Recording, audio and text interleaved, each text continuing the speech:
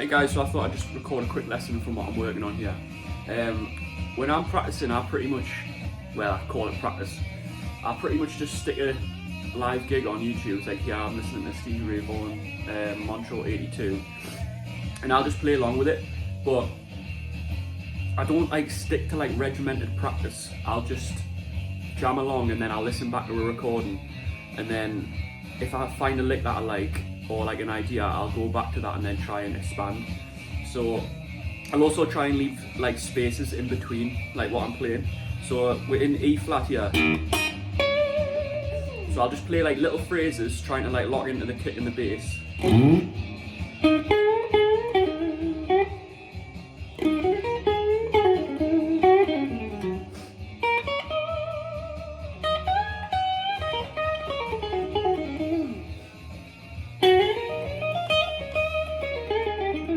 So I'm really trying to force myself to leave spaces in between my phrases and try and like come up with rhythmic diversity on each like little lick. So try not to just stick to triplets or like eighth notes or quarter notes or whatever you're doing. Try and like mix it up in between. Obviously it's hard when you listen to Stevie, like when he jumps from Hideaway in a rude mood, but try and like really lock into the drums as well.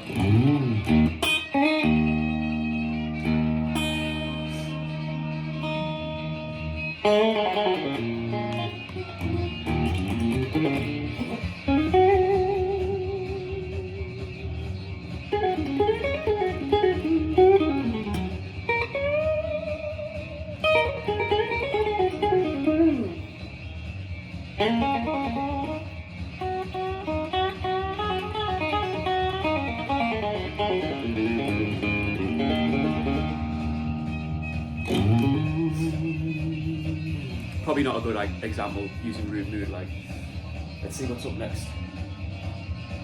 So let's try same thing on Texas Flood maybe.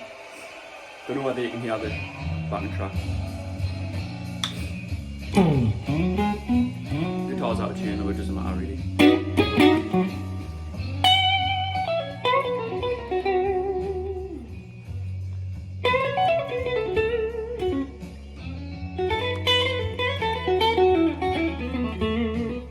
Try and leave those spaces in between.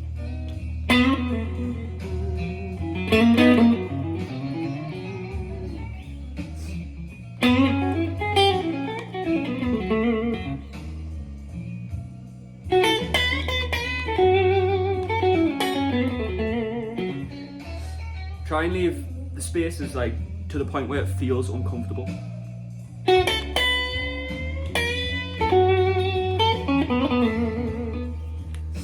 It allows you to like have a bit of a breather and then think about what you're going to play next, rather than just resorting to just playing those muscle memory pentatonic licks, which is fine, but it's how you kind of get stuck in a rut. So if you really leave space in between and think about what you're going to do next, it makes it more fun. And then if you hear something that the player that you're listening to is playing, try and copy that. You'll notice as well how much space they actually leave in between the phrases.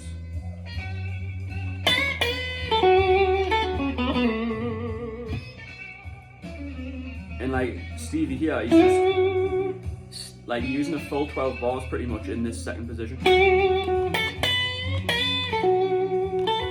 Trying to milk those 3 or 4 notes as much as you can.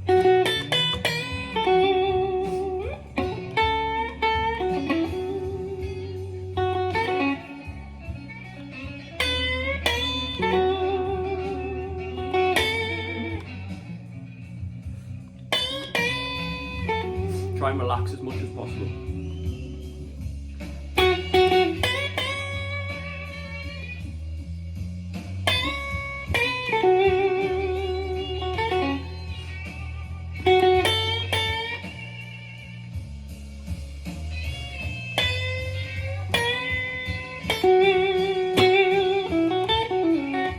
Move down in first position.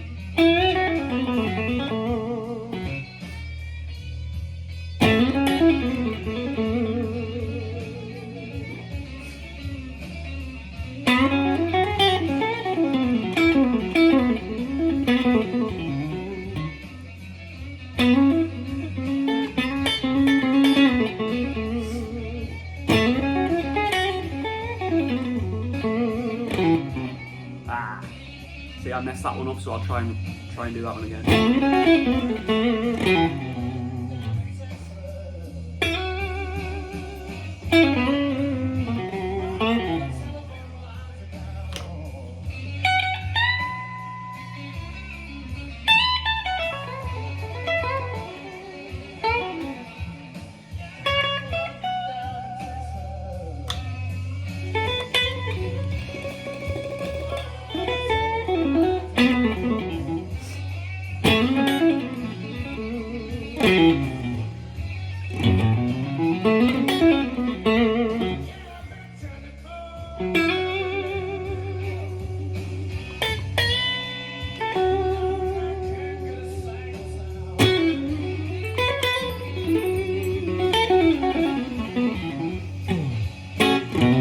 Another thing as well, I try and, if I'm practicing and I'm working on phrases, I'll try and set the amp as clean as I can.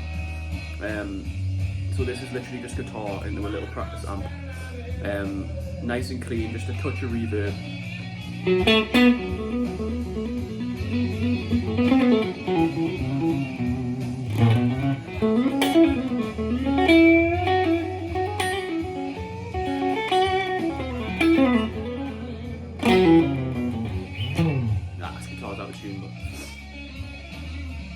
Yeah, that's what I tend to do. That's how I base my practice sessions recently.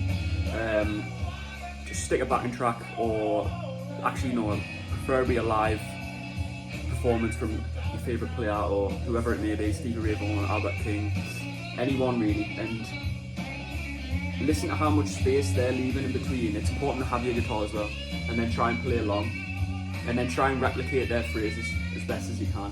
So if you listen to Stevie, then you pretty much know that he's going to be using pentatonic blues, mainly first position, second position. So here, like you can hear, he's in that second position. And then just, like I was saying before, just try and milk that as much as you can. Just the full 12 bars, just stay in that second position.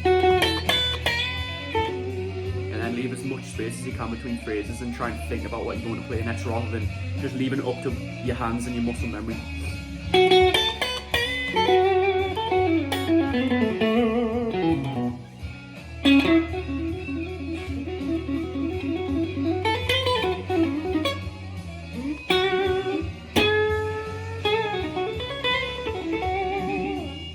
Still in that second position.